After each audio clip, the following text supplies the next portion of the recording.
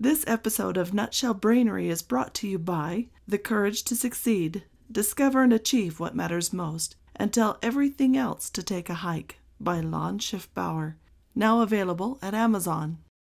Meet Greg, a young man studying for his finals and looking forward to the end of the semester. But there's more on Greg's mind than multiple choice questions and summer plans. You see, there's this girl in his class named Mary, and he's been wanting to ask her out for some time now. But up until now, he hasn't really been able to muster the courage to ask her. But now the semester's about to end, so it's now or never. Mary's cute, funny, insanely intelligent, and as witty as all get out. Everything that makes Greg swoon. So he'd be a fool to let this opportunity pass him by. So Greg approaches her and asks if maybe she'd be interested in going to dinner sometime. To Greg's joy, Mary says yes. But there's a catch. She's going out of town for the next few weeks and so won't be able to go out until toward the end of the month.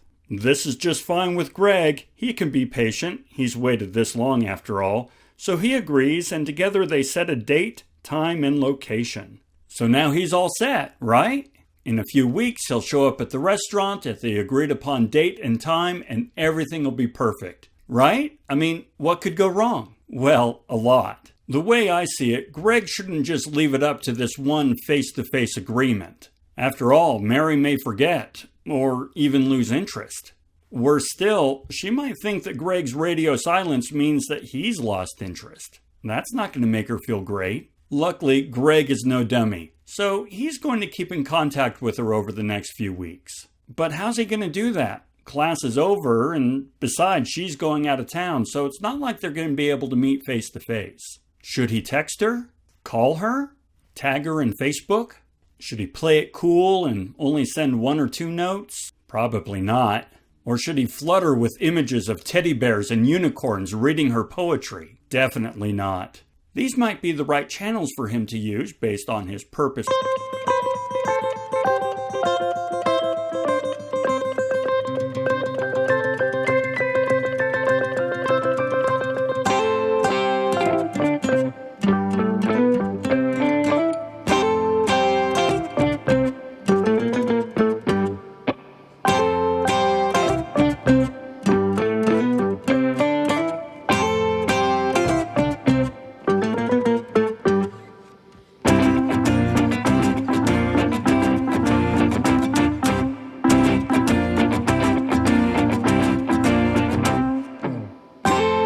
We talked about channel richness and how this affects the efficiency and effectiveness of our communications. However, in addition to richness, channels have other characteristics that we need to bear in mind when communicating. When it comes to our Casanova Greg, he asked her out face-to-face, a very rich channel, but that doesn't mean that his obligations in communicating have ended.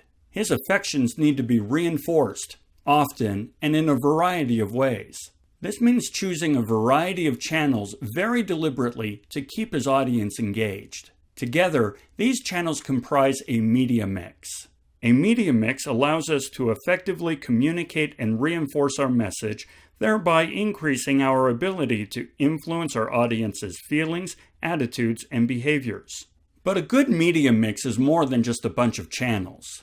It's a collection of channels chosen in sequence in a very specific way based on a variety of channel criteria. In this episode, we're going to talk about these criteria, or channel characteristics. The first 4 characteristics describe how the channel delivers information to the receiver in relation to space and time. These characteristics include reach, frequency, push and pull, and synchronicity. We're also going to examine 2 additional characteristics that describe how a channel relates to its larger environment. These include saturation and credibility. First, let's start with reach. Reach is the number of those in your target audience exposed to your message. For example, let's say that my target audience is my class, and I'm doing a face-to-face lecture, and I have 20 students enrolled. Now, it may be tempting to say that for this face-to-face lecture, my reach is 20 students, or 100%, but that's not necessarily the case. Some students may be absent that day.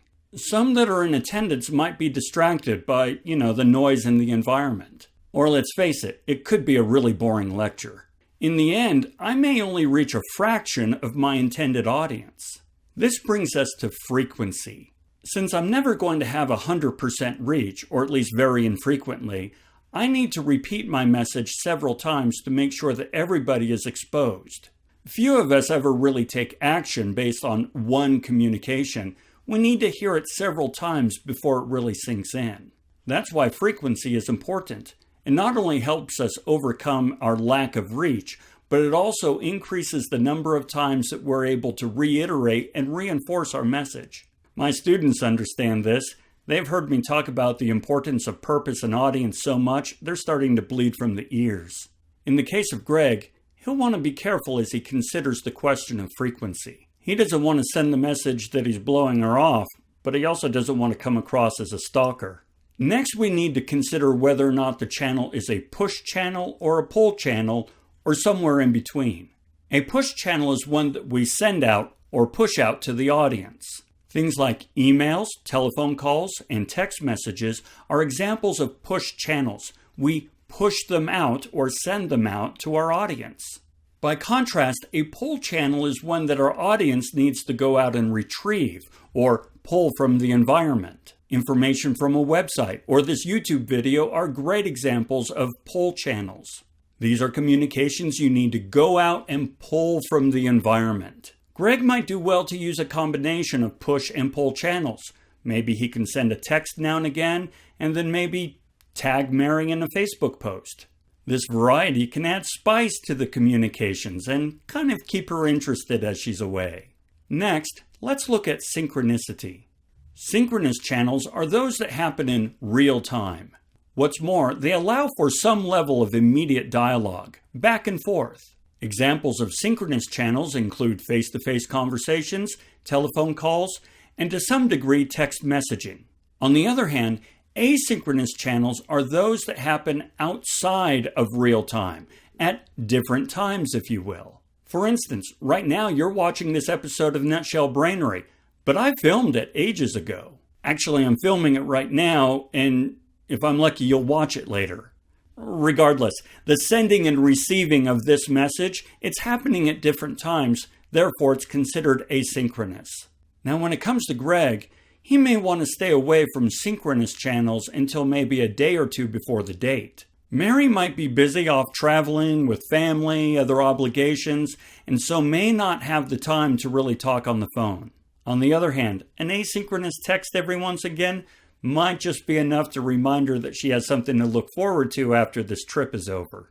Next, we have the characteristics that describe how a channel relates to its larger environment. The first of these is saturation. You and I are endlessly exposed to countless messages each and every day. To keep from going completely insane, our brains have learned how to filter out all but the most important messages. This means that the vast majority of communications others have sent out to us never get through. The environment is so saturated with clutter, they don't stand a chance. Now, Greg wants to make sure his messages get through, but he doesn't want to saturate the environment so much that he comes across looking like a nut job. Finally, there's credibility. Some channels are just simply more credible than others depending on the context and the nature of the message. For example, you would never respond back to an email from a bank asking for your bank account number, social security number, or PIN, anything like that. On the other hand, you probably wouldn't hesitate to provide this information to a bank representative in a face-to-face conversation. The face-to-face conversation, when it comes to exchanging this sort of information, is far more credible than an email. And by the way, there's no Nigerian prince. And so there you are. When used deliberately and thoughtfully, these 6 characteristics can help us put together a fantastic media mix. And that concludes our discussion of communication channels. I just hope everything goes well for Greg and Mary. They seem like good kids. Next time when we get together, we'll talk about how best to organize and format our content when using these communication channels. I hope you'll join me. This episode of Nutshell Brainery was written and produced by Lon Schiffbauer. Our theme music was composed by Scott Holmes. You can learn more about Scott's music by visiting freemusicarchive.org/music/Scott_Holmes/.